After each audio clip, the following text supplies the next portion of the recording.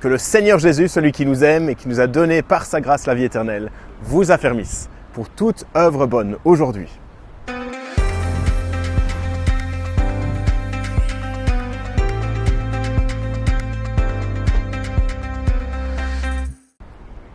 L'apôtre Paul, lorsqu'il écrit aux Thessaloniciens, il les encourage à progresser dans la foi. Et voici une manière pour nous de grandir aujourd'hui à travers la prière pour nous, pour ceux qui œuvrent. Et cette semaine, nous remercions l'Institut biblique pour leur partenariat avec l'église Emmanuel Etterbeek, ici à Bruxelles, qui organise une semaine d'événements pour partager la bonne nouvelle de Jésus-Christ autour de nous.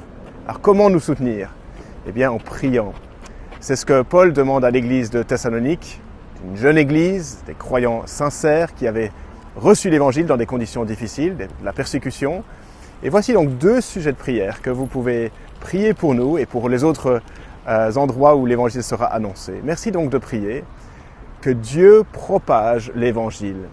Voici Paul qui dit ceci. Maintenant donc, frères et sœurs, priez pour nous afin que la parole du Seigneur se propage et soit honorée comme elle l'est chez vous. Que la parole du Seigneur puisse se répandre, littéralement qu'elle court. Vous le savez, certaines vidéos font un nombre énorme de vues. Ce n'est pas tellement que Dieu fasse de cette vidéo-ci une vidéo à 10 millions de vues, mais soyons encore plus ambitieux, que la parole du Seigneur devienne virale. Oui, qu'elle fasse le buzz, qu'elle se répande, comme ça a été le cas à Thessalonique au 1er siècle. Lorsque l'évangile a été annoncé chez eux, ils se sont tournés vers Dieu en abandonnant les idoles pour servir le Dieu vivant et vrai, pour attendre du ciel son Fils Jésus, celui qui nous délivre de la colère à venir. On lit dans le livre des Actes, et on entend ce refrain, et la parole du Seigneur se répandait.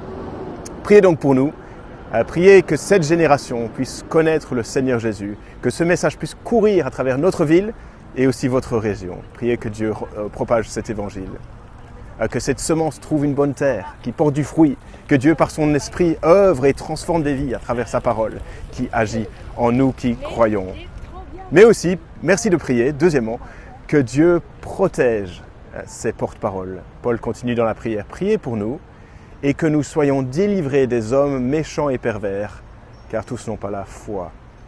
Priez avec nous que Dieu nous protège lorsque nous allons ouvrir notre bouche pour parler de Jésus.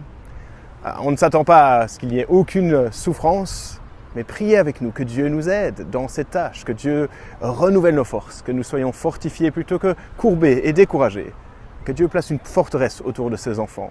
Car oui, nous ne vivons pas dans un monde où tous croient, où tous sont très heureux d'entendre parler de Jésus comme unique Seigneur et Sauveur. Les chrétiens à Thessalonique étaient familiers avec cette persécution. Paul avait été éjecté de leur ville après quelques semaines seulement. Priez donc que Dieu protège ses porte-paroles. Merci pour votre soutien. Et voici donc une manière de progresser avec le Seigneur aujourd'hui, avec les forces que Dieu nous donne. Priez que Dieu propage son évangile, priez que Dieu protège ses serviteurs. Alors je vous encourage maintenant de fermer votre écran et de prier tout simplement.